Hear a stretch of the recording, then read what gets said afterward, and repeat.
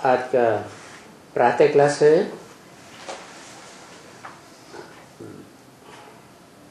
6 अप्रैल 1967 गुरुवार को रिकॉर्ड चला है। तुम ही हो माता पिता, तुम ही हो, तुम ही हो बंधु सखा, तुम ही हो।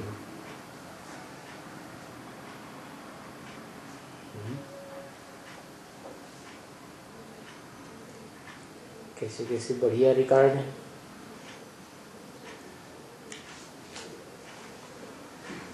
रिकॉर्ड में गीत बनाने वालों की कमाल है।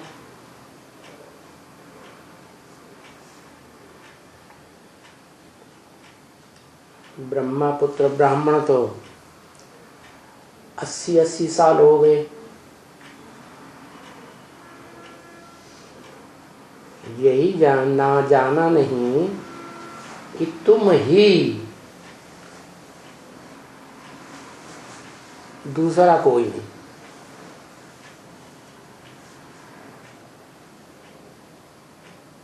कौन तुम ही?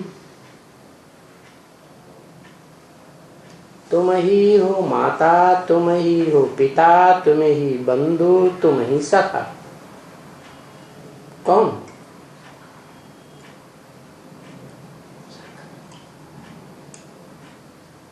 भारत में तो भगवान के 2 रूप माने जाते हैं, एक अकर्ता अभोक्ता अजन्मा,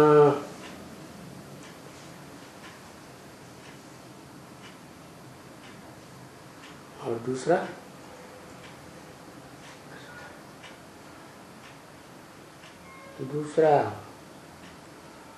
करता है,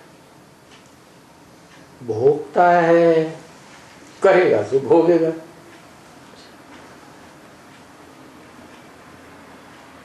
गर्भ से जन्म भी लेता है, जन्म जन्मांतर।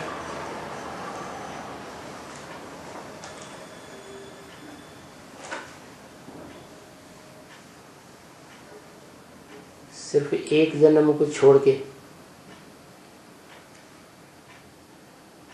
जब अपनी आत्मा के स्वरूप की स्मृति आ जाती है तब की बात है। तो इन दोनों में से ये रिकॉर्ड किसके लिए लागू होता है?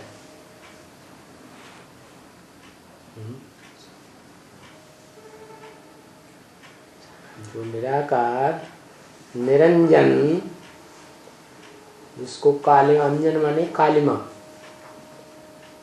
पापों की कालिमा लगती ही नहीं, वो माता पिता बंधु सखा है या वो नीचे वाला जो साकार दिखाते हैं, उसकी मूर्ति भी बनाते हैं, मूर्तिमान है।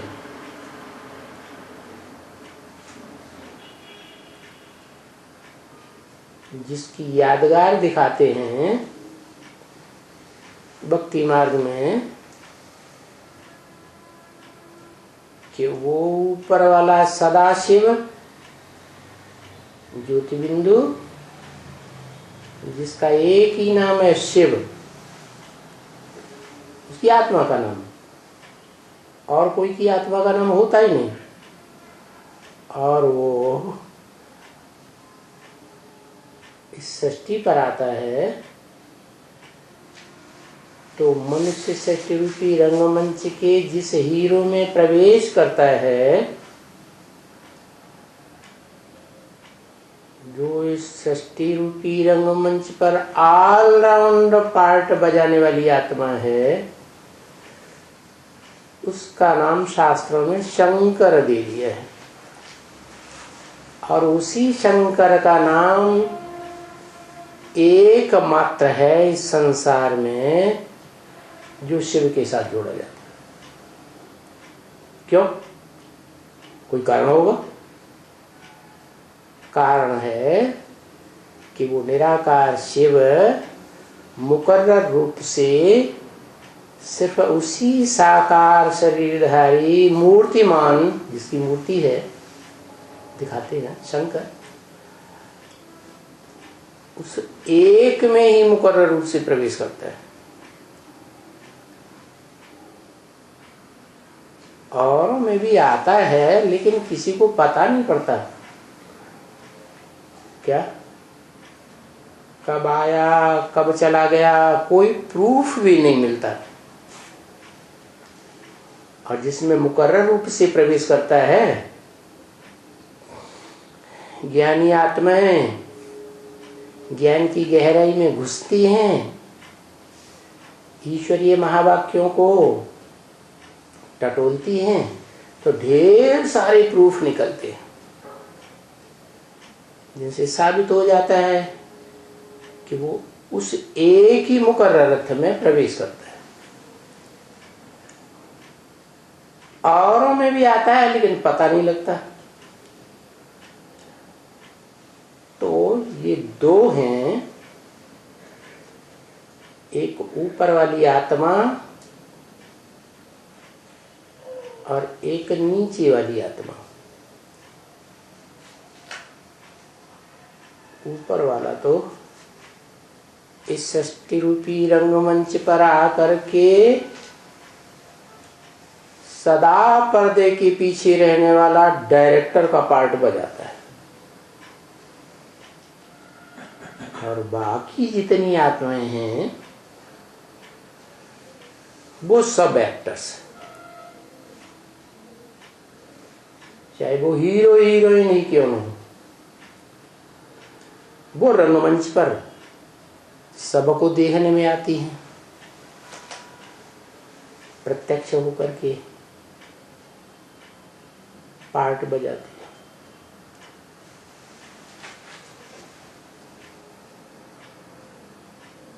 पुरुषार्थी जीवन में भले गुप्त रहें पांडवों की तरह,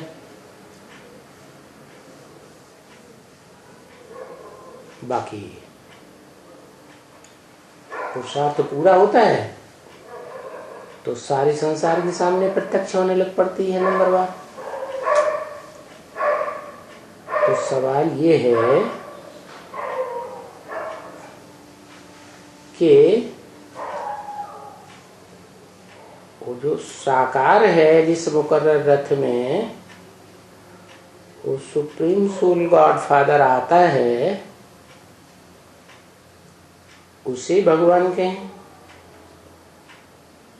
या सुप्रीम गॉड फादर शिव जिसकी आत्मा का ही नाम शिव है, शरीर होता ही नहीं, उसको भगवान कहें। कौन है माता, कौन है पिता, कौन है सखा, कौन है बंधु?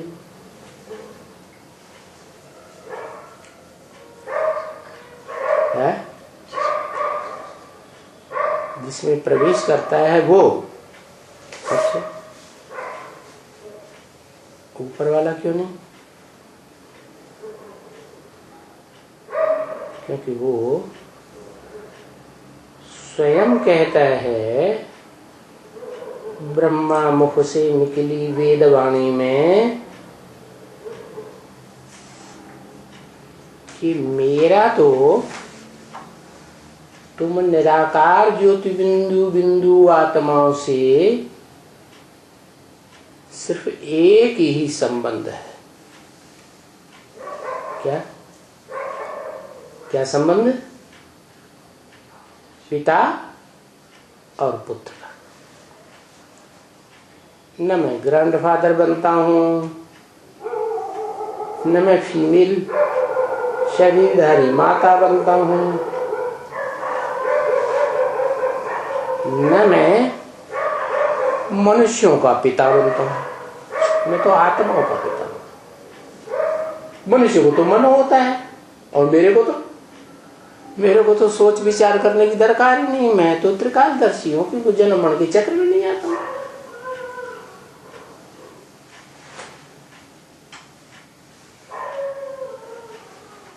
और बंधु भी नहीं। क्या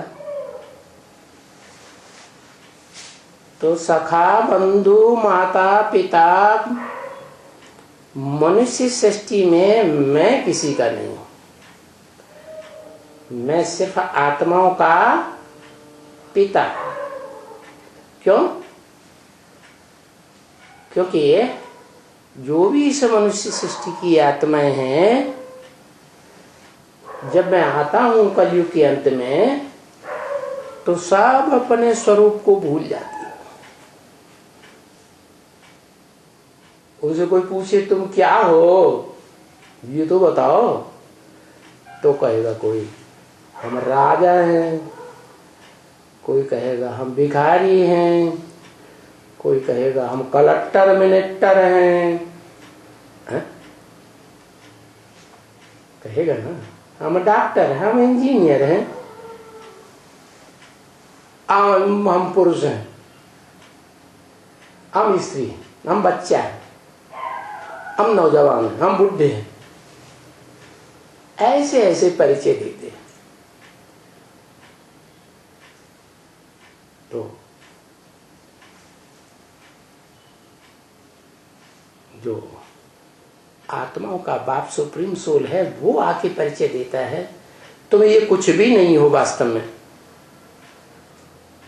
क्या डॉक्टर पहले थे, इंजीनियर पहले थे, बुढ़ा पहले थे, जवान पहले थे, कलेक्टर मिनिस्टर पहले थे, राजा थे, हमेशा भिखारी थे, तो नहीं, बदलते रहते। तो वास्तव में तुम क्या हो, वो फिर बताता है कि तुम वास्तव में जो आंखों से ज्योति निकल रही है ना, क्या जब तक इस शरीर की आंखों से ज्योति निकलती है, तब तक तुम आत्मा हो इस शरीर के अंदर। और वो ज्योति निकल जाती है तो आंखें बटन जैसी हो जाती है। तो क्या हो, समझे? तो कहेंगे हाँ ज्योति है। जो ज्योति निकल जाती है तो मुर्दा हो जाते हैं, आंखों में ज्योति नहीं रहती है। तो इशारा देता है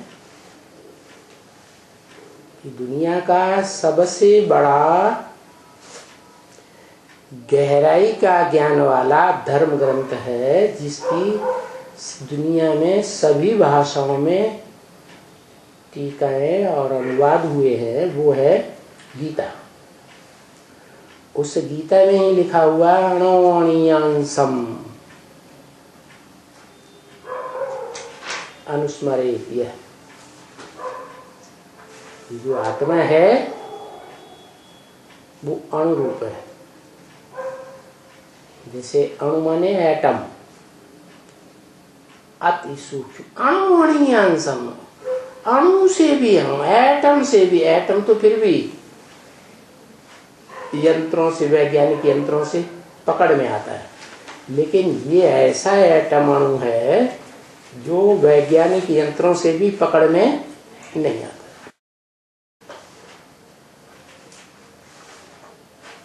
इसके लिए वैज्ञानिकों ने कभी चारों तरफ मरते हुए आदमी को भी ये मर जाएगा, चारों तरफ से शीशे में बंद करके रख दिया, मोटे शीशे में, और उसकी आंखों की ज्योति रूपी आत्मा निकली तो शीशा फट गया। इसका मतलब शरीर अंदर है मौजूद, इंद्रियां सारी अंदर हैं, ढांचा पूरा है, लेकिन वो कौन सी ताकत निकल गई जिसने शीशे को भी फाड़ दिया? वो है शक्तिशाली आत्मा, अणुरूप। जैसे एटम बम में बड़ी ताकत होती है, तो वो एटम स्वरूप आत्मा चैतन्य है। तो अणुरूप है, ज्योति स्वरूप है और चैतन्य है, जड़ नहीं है। एटम बम जिससे बनाया जाता है, तो जड़ में ज्यादा ताकत होती है, चैतन्य में ज्यादा ताकत होती है। और वो इस शरीर में रहती कहाँ है? भ्रकुटी के मध्य में रहती है। उसका नाम है भरी पूरी कुटी, भ्रकुटी। और वो मन बुद्धि की शक्ति से संपन्न है। उसमें संकल्प विकल्प करने वाली शक्ति भी है मन, और फैसला करने और परखने वाली शक्ति भी है बुद्धि। और हर मनुष्य आत्मा के पास अपने अपने प्रकार की मन बुद्धि की शक्ति अलग अलग है, सोचने विचारने की शक्ति। तो आत्माएं, जो मनुष्य आत्माएं हैं, उनमें और सुप्रीम सोल में क्या अंतर है वो बता दिया पहले। सुप्रीम सोल है अकर्ता, अभोक्ता, निरंजन, निराकार, अजन्मा, और इसके उल्टी है मनुष्य आत्मा। तो दो प्रकार की आत्माएं हो गई। कौन कौन सी? एक क्षण, एक अक्षर। क्षर माने क्षरित होने वाली, पतित होने वाली, शक्ति क्षीण होने वाली। अक्षर माने जो कभी क्षरित नहीं होती, पतित नहीं होती, जिसकी शक्ति कभी क्षीण होती ही नहीं। कोई के भी संग के रंग में कितना भी आए, उसकी शक्ति क्षीण नहीं। और इस सृष्टि पर जब आता है तो जो मनुष्य आत्माएं हैं जस्ट उल्टी, पतित बनती रहती हैं, जिंदगी के सुख भोगते भोगते जन्म जन्मांतर क्षरित होती रहती हैं, और शक्ति क्षीण होती रहती है। मनन चिंतन मंथन, मन की शक्ति, निर्णय करने और फैसला करने की शक्ति और परख शक्ति समाप्त होती रहती है। तो अब इन दो प्रकार की आत्माओं में ऊपर वाला तो एक है अकेला, सुप्रीम गॉडफादर। जो नीचे वाली आत्माएं हैं वो नंबरवार है। तो उनमें कोई अव्वल नंबर 1 होगी या नहीं होगी? होगी। जो अव्वल नंबर है उसको मुसलमान लोग आज भी कहते हैं अल्लाह वद्दीन। क्या? जो ऊंचे से ऊंचा है कौन? अल्लाह। ऊंचे से ऊंचा, ऊंच नीच का जो सवाल है वो आत्मलोक में होता है, भगवान के घर में होता है, या इस सृष्टि पर ऊंच नीच का सवाल होता है। तो जब अल्लाह मियाँ कहा जाता है तो वो मियाँ है ना, क्या? पति है ना। और शिव तो पति बनता ही नहीं, ना पत्नी बनता है ना पति बनता है। उसका तो सिर्फ एक ही संबंध, क्या? पिता और आत्मा रूपी बच्चे। तो बताया कि जो ये रिकॉर्ड में बताया गया कि तुम ही माता पिता बंधु सखा गुरु सब कुछ हो, वो किसके लिए कहा गया? एक ऊपर वाले के लिए कहा गया या नीचे वाले के लिए कहा गया? नीचे वाले के लिए कहा है? नीचे वाले के लिए है? नीचे और है नीचे वाले के लिए। ओहो, नीचे वाला जो है साकार है या निराकार है? साकार है। वो निराकार नहीं बनता, साकार निराकार का मेल नहीं बनता। हाँ, तो भले ऊपर वाला प्रवेश करता है, लेकिन प्रवेश करने के बाद जब उसका पुरुषार्थ पूरा होता है नीचे वाले का, हीरो पार्टधारी का, तो वो निराकारी बनता है या नहीं बनता है? तो ब्रह्म महावाक्य है ब्रह्मा के मुख से क्या, कि मैं जब आता हूं, supreme soul God father soul world से आता है, तो तुम बच्चों को नंबरवार आप समान बनाता है। यही बात तुलसीदास ने रामायण में लिख दी। क्या? जी जानो ते ही देव जनाई, और जानत तुम ही हुई जाए। तुमको जान करके इस निराकार ज्योति बिंदु शिव हेवनली गॉड फादर जो कहा जाता है, उसको जिसने पूरा जान लिया है, तो वो ही बन जाता है। जो शिव है वो सारी शक्तियां संगम युग में जिसमें मुकर्रर रूप से प्रवेश करता है, उसमें आ जाती है। इसलिए भक्ति मार्ग में शिव और शंकर मूर्तिमान, शिव निराकार और शंकर मूर्तिमान, शंकर साकार, दोनों को मिलाकर एक कर दिया। साकार भी है, सगुण भी है, निराकार भी है, निर्गुण भी है। इसलिए तुलसीदास ने कह दिया, सगुण ही अगुण ही नहीं कछु भेदा, उभय हरे भव संभव खेला। दोनों में कोई भेद नहीं है, दोनों ही जो भव सागर है ना, विषय सागर, इसके दुख दर्दों को दूर करने वाले हैं। दोनों दूर करने वाले हैं, तो दोनों को याद करें कि सिर्फ ऊपर वाले को याद करें जो आत्मलोक में रहने वाला है, या नीचे वाले को याद करें? क्या करें? है? नीचे और ऊपर दोनों को याद करें। अच्छा, फिर जिसमें मुकर्रर रूप से आता है हीरो पार्टधारी में, वो किसको याद करता है? हा? किसको याद करता है? वो नीचे वाले को याद करता है। जिस मुकर्रर, वो अपनी आत्मा को याद करता है। अपनी आत्मा जो पत्थर बुद्धि है, किसको याद करता है? साकार को याद करता, निराकार को याद करता, या साकार निराकार दोनों को याद करता है? एक को याद करता है?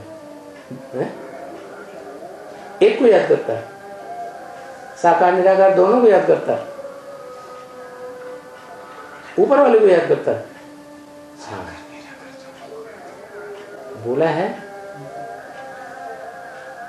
कि जो निराकार की याद करने वाले हैं, वो गीता में भी बोला है, क्षिप्रगामी होते हैं। उनका पुरुषार्थ तीव्र गति से पूरा हो जाता है। जैसे बोला है जनक के बारे में, जनक को ऐसा तीखी दौड़ लगाई, याद की, एक सेकंड में जीवन मृत्यु हो गई। तो फिर और भी तो नंबरवार होंगे कि एक ही होगा निराकार को याद करने वाला? और कौन कौन है? और भी हैं। और कौन कौन है? ये तो हुआ ज्ञान सूर्य, जो एक सेकंड में सारी मनुष्य सृष्टि का जनक, जन्म माने जन्म का माने करने वाला, अर्थात जन्म देने वाला बाप बन जाता है। मनुष्य सृष्टि का बीज रूप बाप कहा जाता है। ये तो अव्वल नंबर धर्म का स्थापन करने वाला अल्लाह अव्वल दीन मुसलमानों में भी गाया जाता है।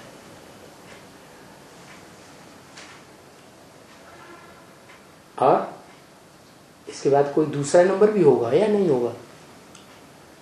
है जो ऊंचे से ऊंचा वंश है, ऊंचे से ऊंचा धर्म वंश है, वो तो हो गया सूर्यवंश। तो उसके बाद दूसरा नंबर है जो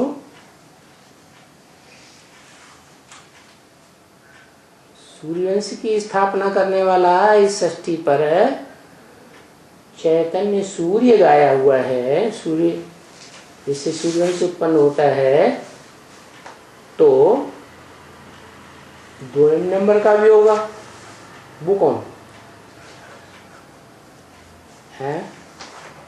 अरे भाई कहा एक प्लेट लाओ और उस प्लेट पे लिख करके बता दो ये होता है। क्यों?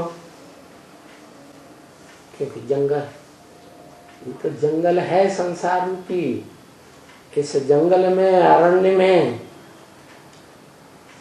सारे ही क्या है, ऐसे सन्यासी हैं जो वाणी से परे हो जाते हैं, बोलते ही नहीं, गूंगे हो जाते हैं। ऐसे सन्यासी होते हैं ना, बोलना ही बंद कर देते। चलो बोलना बंद कर दिया, जंगली हैं, बोलना ही नहीं जानते। भाषा थी ही नहीं पहले जंगल में, थी भाषा थोड़ी थी। भाषा तो स्वर्ग में भी नहीं होती, देवताओं की इशारे की भाषा होती। स्वर्ग सतयुग त्रेता रामकृष्ण की दुनिया को कहा जाता है। फिर जब जन्म लेते लेते देवात्माएं नीचे उतरती हैं, द्वैतवादी द्वापर युग में, जहाँ 2-2 धर्म, 2-2 कुल, 2-2 भाषाएं, 2-2 राज्य होने लग पड़ते हैं, तो इब्राहिम का इस्लाम धर्म आता है 2500 साल पहले। तो उस द्वैतवादी युग में वो आत्माएं, देव आत्माएं जो हैं, वो 8 कला से नीचे आ जाती। 16 कला संपन्न थी सतयुग के आदि में, आदि से भी नीचे आ गई, तो वो पलड़ा हल्का हो गया, पतित हो जाती। तो फिर उनको इशारे की भाषा समझ में नहीं आती। क्या इशारे से देवात्मा समझती है ना? क्यों? क्योंकि उनमें आत्मिक स्थिति के कारण आत्मा में वाइब्रेशन की पावर बहुत होती है। वाइब्रेशन की शक्ति से कोई कितना भी दूर बैठा हुआ हो, वो उसकी पावर को पकड़ लेता है, क्या कहना चाहती है, क्या इसके अंदर संकल्प है, कैच कर लेती है। लेकिन द्वापर युग, द्वैतवादी युग पैदा होता है देह अभिमानी धर्म पिताओं का। देह तो जड़ है, तो वाइब्रेशन को कैच ही नहीं कर पाते। तो फिर क्या जरूरत पड़ती है? वाचा की। लेकिन अब तुरंत थोड़ी ही वाचा उतर आती है। वाचा तुरंत उतर आएगी क्या है? जैसे डॉक्टर लोग हैं, किसी के गले की आवाज खत्म हो गई तो वो उसके ऑपरेशन करते हैं ना गले का, फिर आवाज आ जाती है, तो टाइम तो लगता है ना। तो द्वापर युग आदि में थोड़ा थोड़ा सात्विकता रहती है, थोड़ा थोड़ा वाइब्रेशन पकड़ते हैं, थोड़ा थोड़ा प्रयास करते हैं गूंगों की तरह। तो अरण्य में क्या करते हैं? लिखा पट्टी करते हैं। तो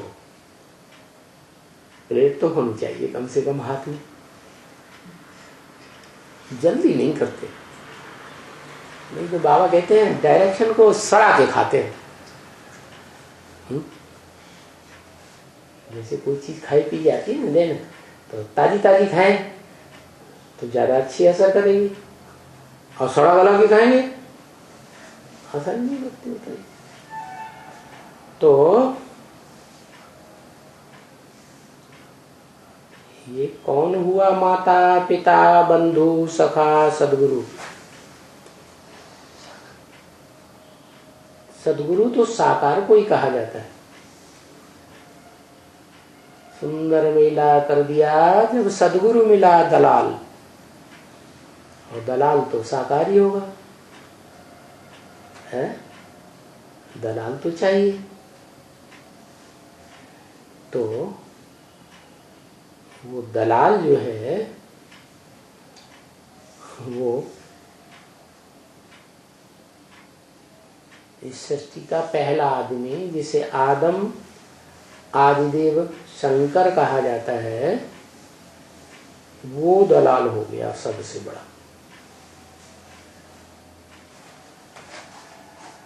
और दलाल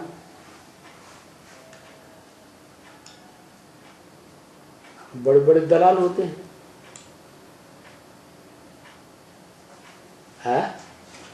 होते हैं कि नहीं? ऐसे ऐसे चालाक होते हैं कि खुद ही मालिक बन के बैठ जाते हैं। क्या? मालिक की सारी सत्ता अपने हाथ में ले लेते हैं। तो देह अभिमानी हुए या आत्मा अभिमानी हुए? है? ऐसी बुद्धि हो गई है, देह अभिमानी हुए ना। तो आत्मा पार्ट बजाते बजाते जब तामसी बनती है तो वो शिवोहम कह के बैठ जाती है। जैसे सन्यासियों ने कलयुग, आज से 1200 वर्ष पहले कलयुग शुरू हुआ और वो सन्यासी शिवोहम कह के बैठ गए, हम ही शिव हैं। आत्मा जो परमात्मा कह के बैठ गए, अहम ब्रह्मास्मि, हम ही ब्रह्म हैं, ये कह के बैठे। वास्तव में जब नई सृष्टि की शुरुआत होती है तो जो सत्व प्रधान, सत्व सदा सत्य, जिसे अंग्रेज लोग कहते हैं गॉड इज ट्रुथ, वो सत्य का अखूट भंडार इस सृष्टि पर आत्मा आती है, सुप्रीम सोल, और जिस व्यक्ति में प्रवेश करती है वो व्यक्ति इस रूप में प्रवेश करती है कि वो व्यक्ति अपन को कभी भी भगवान नहीं कहता। जैसे ही प्रवेश की तो संग किसका लगा? है? सत्य का संग लगा, और सत्य ने ही उस तामसी शरीरधारी को कंट्रोल किया। तो क्या कहेंगे उसको? वो तामसी शरीरधारी जो वाचा उच्चारेगा, देखेगा, तो सात्विक बोलेगा कि तामसी बात बोलेगा? सात्विक ही बोलेगा, क्योंकि कंट्रोल तो सत्य का है ना। तो आदि में ये स्टेज होती है। फिर दुनिया की हर बात 4 अवस्थाओं से गुजरती है, हर चीज 4 अवस्थाओं से गुजरती है। तो ज्ञान भी क्या होता है? 4 अवस्थाओं से गुजरता है, सतो प्रधान, सतो सामान्य, रजो और तमो। तो कलयुग के अंत और सतयुग के आदि के शूटिंग काल में जब 5000 वर्ष की सृष्टि की शूटिंग होती है, रिहर्सल होती है, उस पीरियड में ये चारों अवस्थाएं चलती हैं मनुष्यात्माओं की। तो जो हीरो पार्टधारी है वो भी चार अवस्थाओं से गुजरता है। पहले सतो प्रधान, फिर सतो सामान्य, फिर रजो और अंत में तम। जब तामसी हो जाता है तो फिर वो मनमाने कर्म करता है। क्या जो श्रीमत भगवान की श्रीमत है, गीता के ज्ञान की मत है, और सब छोड़ देता। भगवान क्या कहते हैं? किसी को दुख, ऐसे कर्म करो जो किसी को दुख न हो। और वो क्या करता है? आदम शंकर क्या कहता करता है? आदिदेव, जो पहले आदिदेव था, महादेव है, वो क्या बन जाता? तामसी, कलयुग के अंत में है? देवता बन जाता या महाराक्षस बन जाता? ब्रह्म राक्षस बन जाता। सारी सृष्टि का विनाश का कार्य कर लेता है। तो भगवान बन के बैठता है कि नहीं? है? भगवान हो गया ना। भगवान क्या करता है? स्थापना भी करता है और विनाश भी करता है।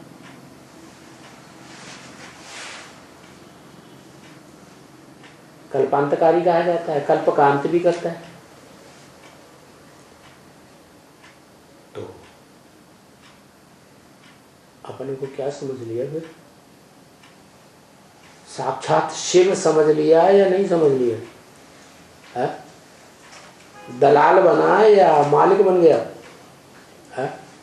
सृष्टि का मालिक बन। तो अब बताओ, ये जो बोला है त्वमेव माता च पिता त्वमेव बंधु च सखा, ये किसके लिए बोला? कौन सी आत्मा के लिए बोला है? फिर नीचे वाले के लिए बोला। जो नीचे वाला है वो किसको समझता है? पुरुषार्थ जीवन, वो ऊपर वाले को समझता। तो उसकी समझ सही या दुनिया वालों की समझ सही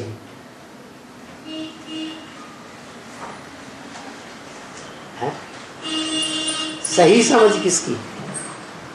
हीरो पार्टधारी में जो समझा, कौन है माता, कौन है पिता, कौन है बंधु, कौन है सखा, वो सही?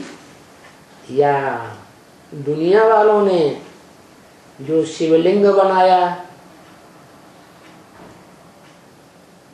पुरानी खुदाइयों में सबसे जास्ती लिंग मूर्तियां मिली, इसे साबित है कि इस दुनिया की सार्वभौम सत्ता शिवलिंग है। और भारत में तो मान्यता है। तो जिस शिवलिंग की पूजा होती है वो कौन है?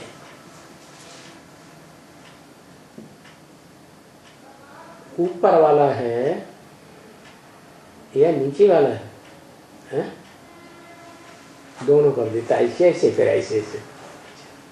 नीचे वाला है। अरे फिर उसका नाम शिवलिंग क्यों रखा? अगर नीचे वाला है तो शिवलिंग नाम क्यों रखा? शिव को तो लिंग होता ही नहीं। शिव न स्त्री बनता ना, पुरुष बनता। जब पुरुष बनता ही नहीं तो लिंग कहां से आया? इससे साबित होता है जो ब्रह्मवाक्य भी है मुरली में कि मैं जिसमें प्रवेश करता हूं उसे आप समान बना देता हूं। सारी सत्ता दे देता हूं। आप समान अकूट ज्ञान का भंडार भी बना देता हूं उस संगम युग में।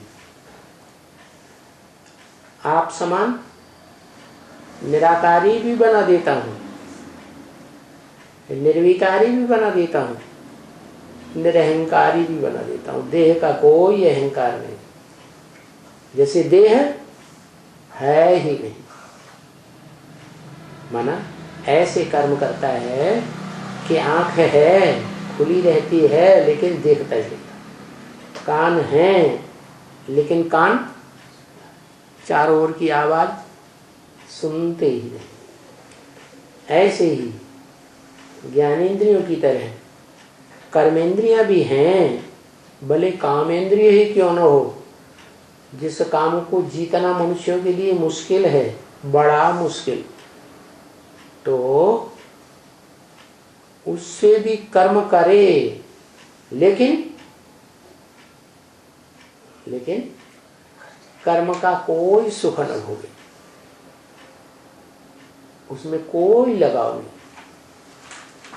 देह है, देह की इंद्रियां हैं, इंद्रियों में सबसे प्रबल 11वीं इंद्रिय मन भी है उस व्यक्तित्व में, लेकिन ऐसा संपन्न पुरुषार्थी बनता है कि मन में कोई संकल्प नहीं।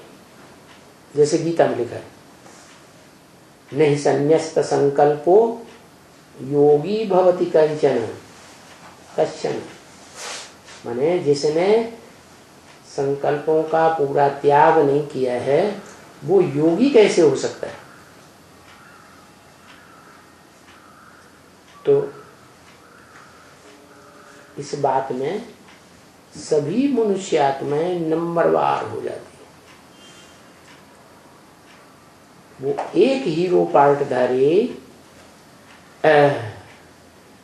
अव्वल नंबर निकलता है, जो अव्वल नंबर दुनिया का धर्म स्थापन करने का निमित्त बनता है। इसलिए मुसलमानों ने भी कहा है, आदम को खुदा मत कहो। क्यों? आदम को खुदा मत कहो, आदम खुदा नहीं, लेकिन खुदा के नूर से आदम जुदा नहीं। मन खुदा क्यों नहीं कहें? इसलिए नहीं कहें कि खुदा तो बुलाने से नहीं आता। भक्ति मार्ग में 2500 साल बुलाते रहे। द्वापर में द्वैतवादी, द्वापर से जब से दुनिया दो धर्म दो राज्य शुरू हुए, बुलाते रहे। क्या वो बुलाने से आया? नहीं आया। वो अपने आप आता है, खुद आता है, तो उसका नाम खुदा है। और रामकृष्ण वाली आत्माएं या जो देव आत्माएं हैं, उनका तो आवाहन करते हैं तो फटाक से आ जाती।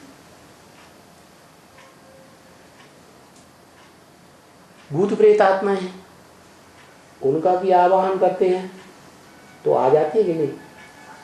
आह्वान करने से आती है ना। देखो ब्रह्मा कुमारियों में, गुलजार दादी में सूक्ष्म शरीरधारी ब्रह्मा की आत्मा को 1 घंटा बैठ करके आह्वान करते हैं ना,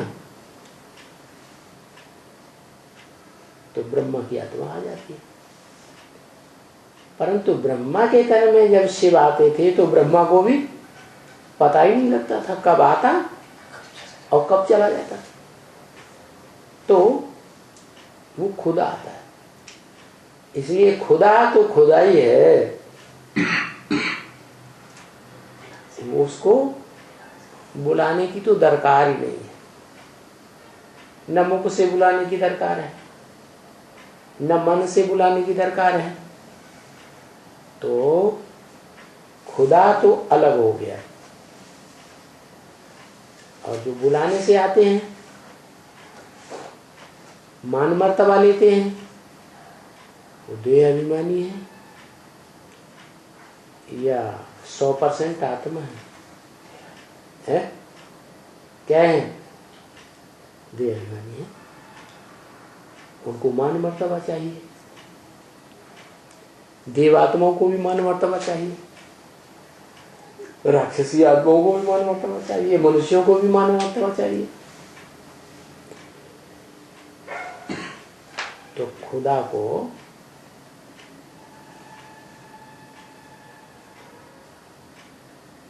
खुदा ही कहना पड़े। आदम खुदा नहीं है, क्योंकि आदम तो इस सृष्टि का पहला आदमी है, मनुष्य है।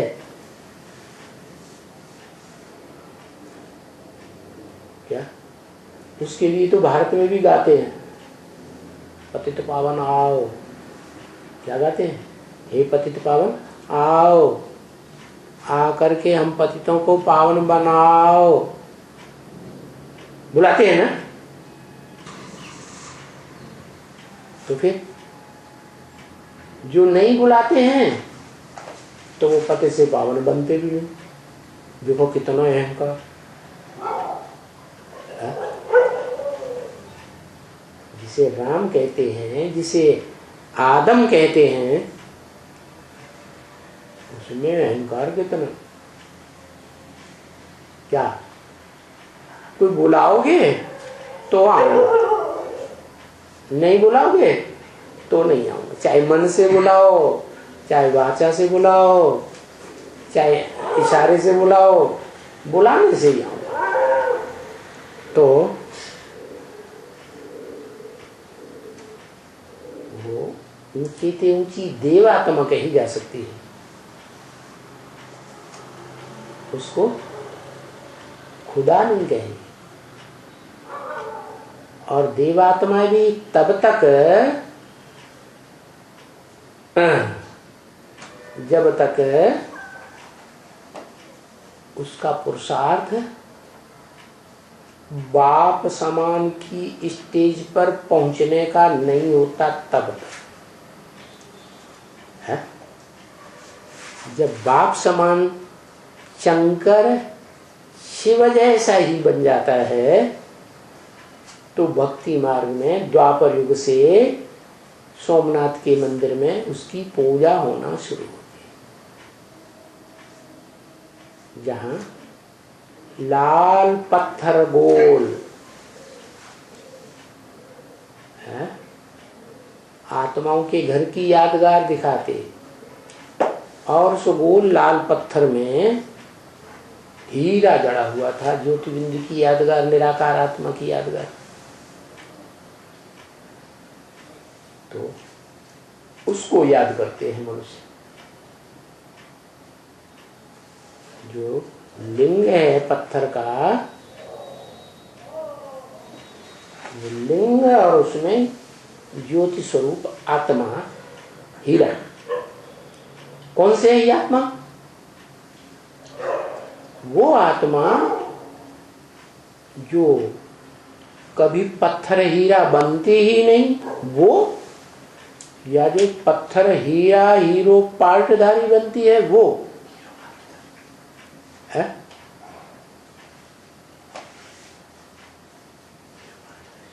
एक तो है ऊपर वाला, वो हीरो पार्टधारी बनता ही नहीं, वो तो डायरेक्टर है, रंगमंच पर आता ही नहीं। और एक है रंगमंच पर आदि से लेकर अंत तक पार्ट बजाने वाला हीरो पार्टधारी, मनुष्य सृष्टि की बीज रूप आत्मा राम। तो दोनों ही आत्माएं एक जैसी तो नहीं। तो जो सोमनाथ मंदिर में शिवलिंग था, हीरा था, वो हीरा किसकी यादगार? कौन सी आत्मा की यादगार? ऊपर वाले की यादगार या नीचे वाले की यादगार है? नीचे वाले की यादगार है, लेकिन नीचे वाले ने भी उस ऊपर वाले को ही, एक आत्मा को ही याद किया। क्या? इसलिए ब्रह्म वाक्य मुरली में है, तेरी बुद्धि में शिव बाबा कहने से आत्मा ही याद आवेगी, नहीं तो बाबा ग्रैंडफादर को कहा जाता है, और शिव सुप्रीम सोल ग्रैंडफादर या कोई भी संबंधी नहीं बनता देह का, वो सिर्फ फादर है। लेकिन तू ही अकेली एक ऐसी आत्मा है जिसके मुख से जब कभी भी निकलेगा, मन से या वाचा से शिव बाबा निकलेगा, तो किसके लिए, कहाँ उसकी बुद्धि पहुंच जाएगी? एक निराकार ज्योति बिंदु शिव की तरफ। क्योंकि उसकी बुद्धि में बैठ जाता है कि इस दुनिया में जो भी मनुष्य आत्मा है सब लगाव वाली, क्या सब नंबरवार झुकाव वाली, कहीं न कहीं झुक जाती है, कहीं न कहीं संग का रंग देहधारियों का ले ही लेती है। तो उसकी बुद्धि में जब पक्का अनुभव पूर्वक बैठ जाता है, शूटिंग पीरियड में भी बैठता है। कैसे, क्या हिस्ट्री है शूटिंग पीरियड की? जैसे और धर्म पिताएं 100 वर्ष में अपने धर्म की स्थापना करते हैं, वैसे ही जो अल्लाह अव्वल दीन है वो भी अपने धर्म की स्थापना, अव्वल धर्म की स्थापना, सूर्यवंश की स्थापना 100 वर्ष में ही करता है। तो 100 वर्ष के हिस्ट्री में कोई ऐसा टाइम है कि राम वाली आत्मा अनुभव कर लेती है? इस दुनिया में आप झूठे।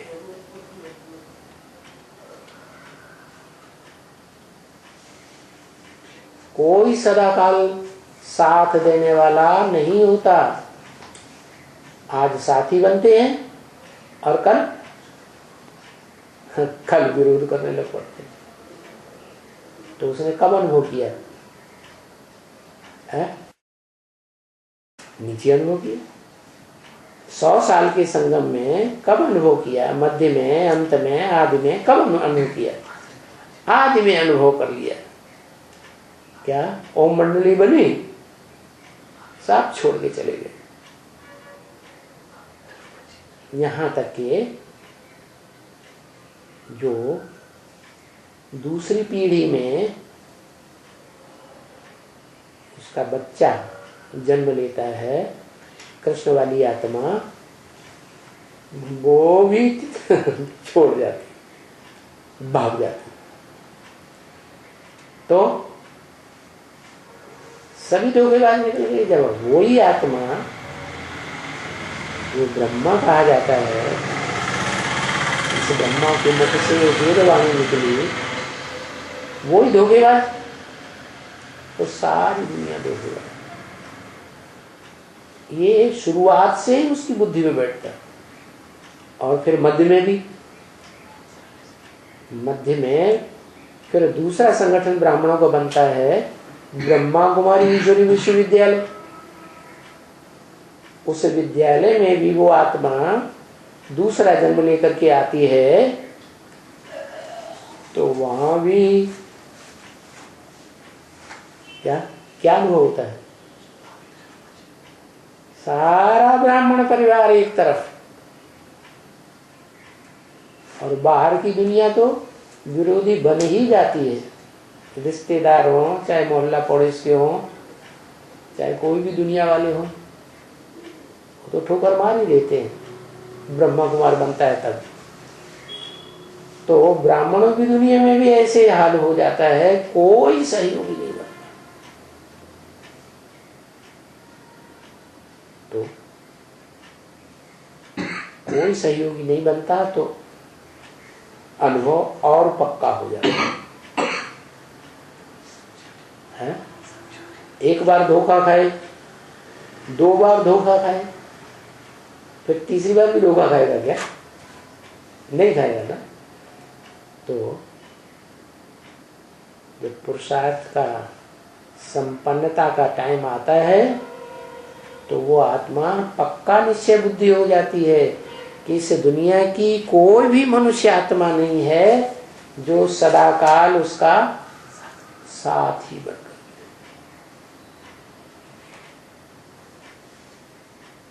चाहे कितनी भी पवित्र हो।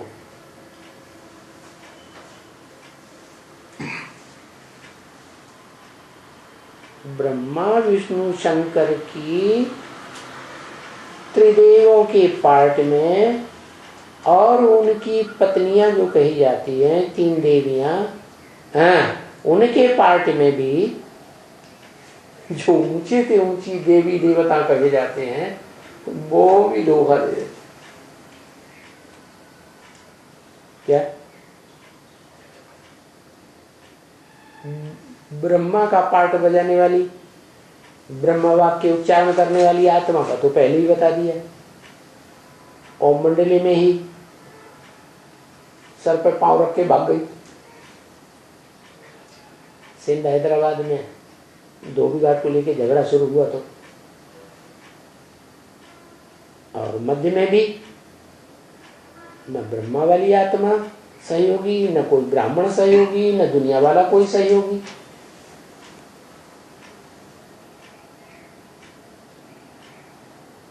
तो पक्का निश्चय बैठ जाता है।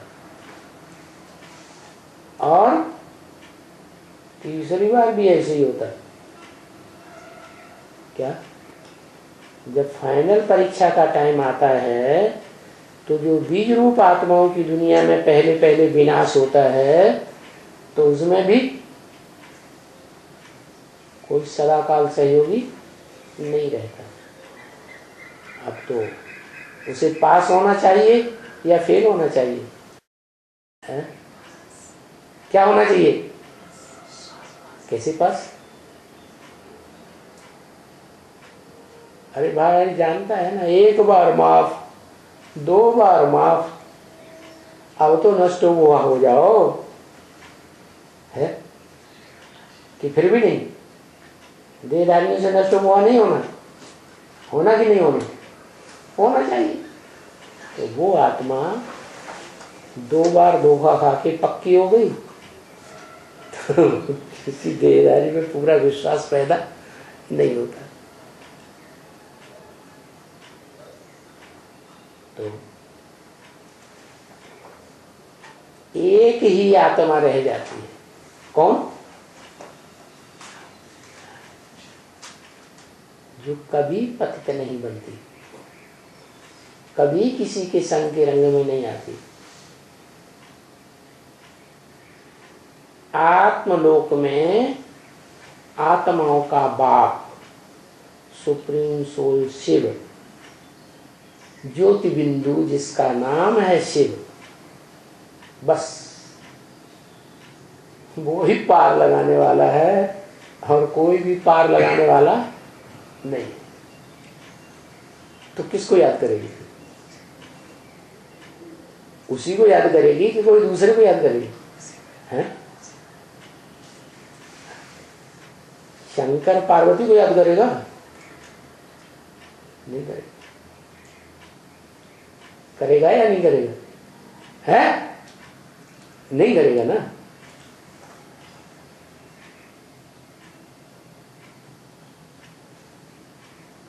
कोई भी देवता को याद नहीं करता, यहां तक कि जो लखते जिगर कहा जाता है, लंबे समय की प्योरिटी से पैदा होता है बड़ा बच्चा, 16 कला संपूर्ण कृष्ण,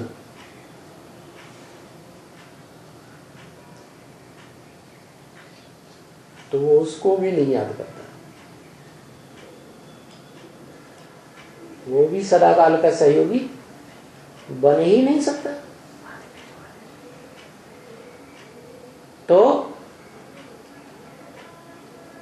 वो आत्मा एक शिव को याद करती है, ज्योति बिंदु, और उसी में लीन होकर रहती है। तो लीन हो गई, कुर्सी का आराम कुर्सी लो,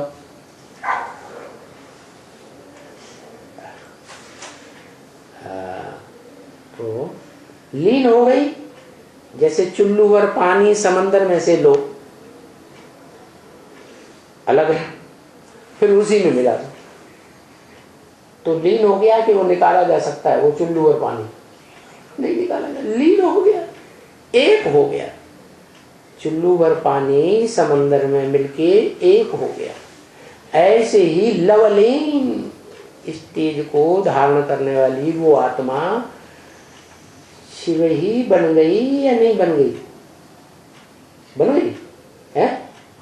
कहें कि शिव बन गई?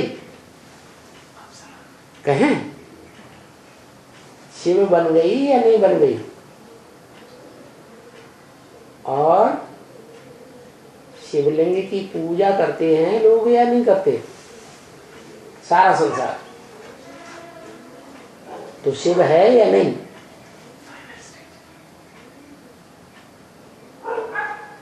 सृष्टि के आदि में शिव है। शिव शंकर मिलकर के एक हैं पुरुषार्थ की संपन्नता में, लेकिन वो आत्मा मूर्तिमान शरीरधारी आत्मा सदा काल की शिव नहीं हो सकती।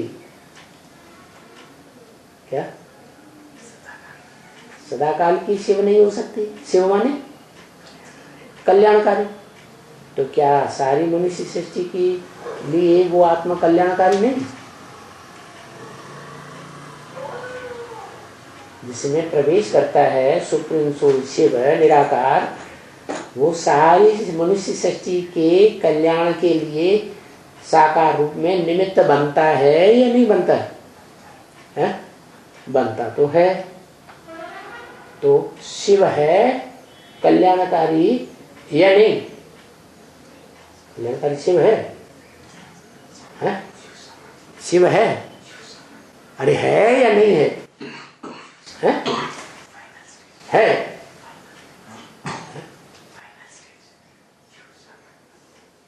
अपना कल्याण कर लेता है, अपने लिए कल्याणकारी है? अरे सारी दुनिया का जिस समय विनाश हो रहा होगा, 500, 700, 750 करोड़ भी मनुष्य आत्मा का वो काम विकार की आग में जल रही होगी, तो वो विषपाई का पार्ट बजाता है।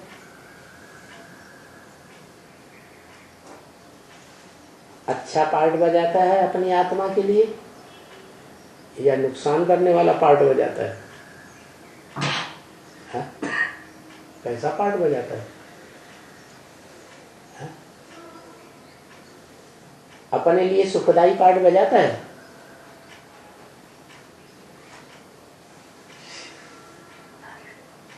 कि दूसरों के लिए सुखदाई हो सकता है?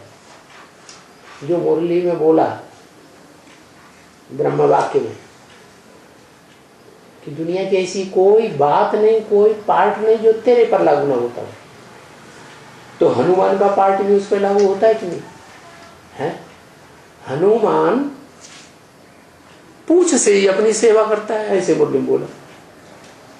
हनुमान जो है, बंदर दो तरह के होते हैं, एक काले मुंह वाले, एक लाल मुंह वाले। लाल मुंह वाले क्रिश्चियन या कृष्ण से उनकी राशि मिलाई जाती है, क्रोधी, और एक काले मुंह वाले। काले मुंह वाले बहुत विकारी होते हैं काम विकार से। तो वो जो काला मुंह वाला दिखाया जाता है जगन्नाथ, सारे जगत का नाथ, 500-700 करोड़ का नाथ, वो काले कर्म अंत तक करता है। इसलिए अंतिम जन्म में भी उसको कहाँ जन्म मिलता है?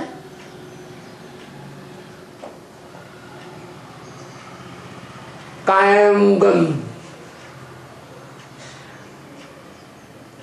जहां सृष्टि के अंत तक लोग कायमी रूप से गंध में रहते हैं और पुरुषार्थ करते हैं बाप समान। तो वो आत्मा जो साकार शरीरधारी मूर्तिमान शंकर है, वो कल्याणकारी साबित होता है या नहीं साबित होता है? अरे कल्याणकारी साबित होता है, अपना कल्याण कर लेता है। जो अपना ही कल्याण नहीं कर सकता, वो दूसरों का कल्याण कैसे करेगा? करेगा? करेगा? करेगा? अरे अपना कल्याण नहीं कर सकता तो दूसरों पे कैसे करेगा। जैसे बौद्ध लोग अपने परिवार का कल्याण नहीं कर पाते, उनको अधीन कर देते हैं विदेशियों के, उनकी शरण में भेज देते हैं, जाओ उनके दास दासी बनो। वो कहते हैं हम अहिंसक हैं। अपने घर वालों की हिंसा कर दी, दुख दे दिया जन्म जन्मांतर के लिए, तो दुनिया के लिए अहिंसक कैसे बन जाएंगे। ऐसे ही जो अपना कल्याण नहीं कर सकता, पहले स्वकल्याण फिर पर का कल्याण, तो उसको कल्याणकारी कहेंगे। वास्तव में शिव है या नहीं है? शिव माने कल्याणकारी है, शिव नहीं है। अगर शिव होता क्या, तो जो मूर्तिमान साकार जिसकी मूर्ति बनती है शंकर की, उसके नाम के साथ शिव नहीं लगाया जाता।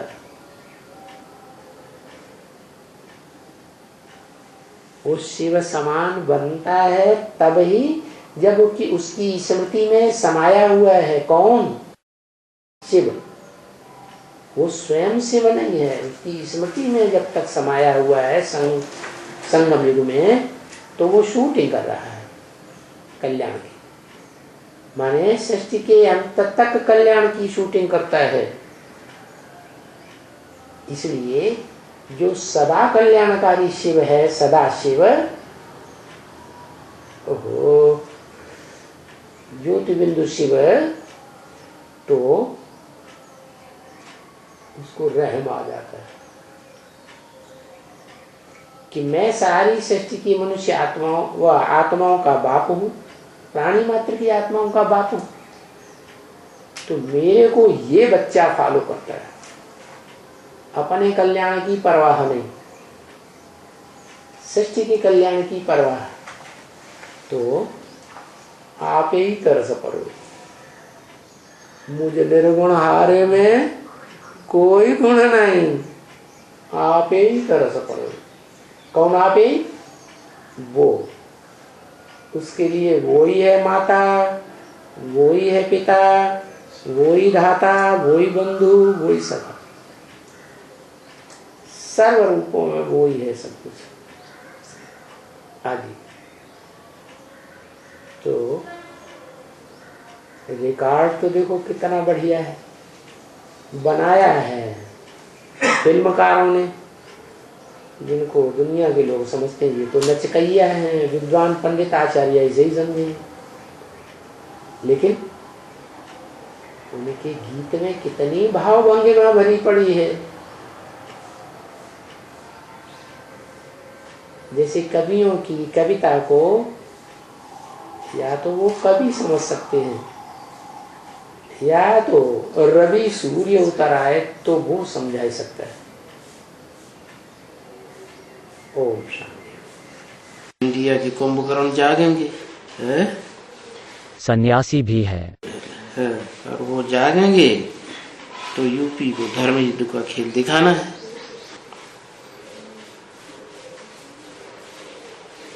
जब यूपी धर्म युद्ध का खेल दिखाएंगे तो फिर विजय माला हड़बड़ाहट पैदा होगी। नास्तिक देश कौन कौन से हैं? चीन, जापान, रशिया और मुस्लिम देशों में। नास्तिक देश किसे गिना जा रहा है? नास्तिक जो भगवान को नहीं मानते। मुस्लिम देशों में तो सारे इस्लामी कानून है। उनकी बात थोड़ी कहते हैं, वो तो मानते हैं जन्नत को, खुदा को भी मानते हैं।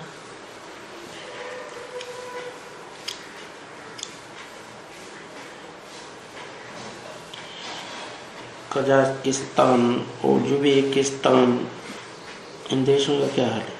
अफगानिस्तान, पाकिस्तान, ये तो मुस्लिम कंट्रीज है। उज्बेकिस्तान, वो सारे मुसलमान हैं, लेकिन वहाँ सब तानाशाह बैठे हैं। उन्होंने भगवान को नहीं मानते, खुद ही भगवान बन के बैठ गए। है तो मुसलमान, है मुसलमान, लेकिन सत्ता जो है तानाशाह के हाथ में है।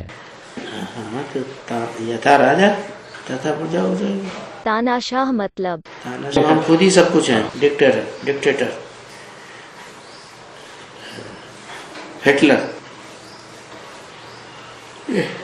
जैसे रसिया का भी पुतिन।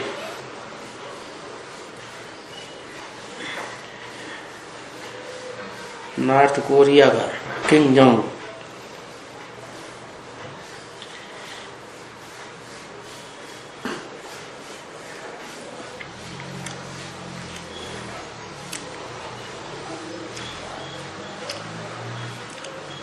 कुछ देश ऐसे भी है, मुसलमान भी है और तानाशाही भी। ये तो जैसे सूडान हो गया। अभी तो अफ्रीका में, सऊदी अरबिया में। अभी राजा का जो पुत्र है उसने दुर्योधन जैसे सारी सत्ता अपने हाथ में ले ली अच्छा और सारे विरोधियों को जेल में डाल दिया। अच्छा।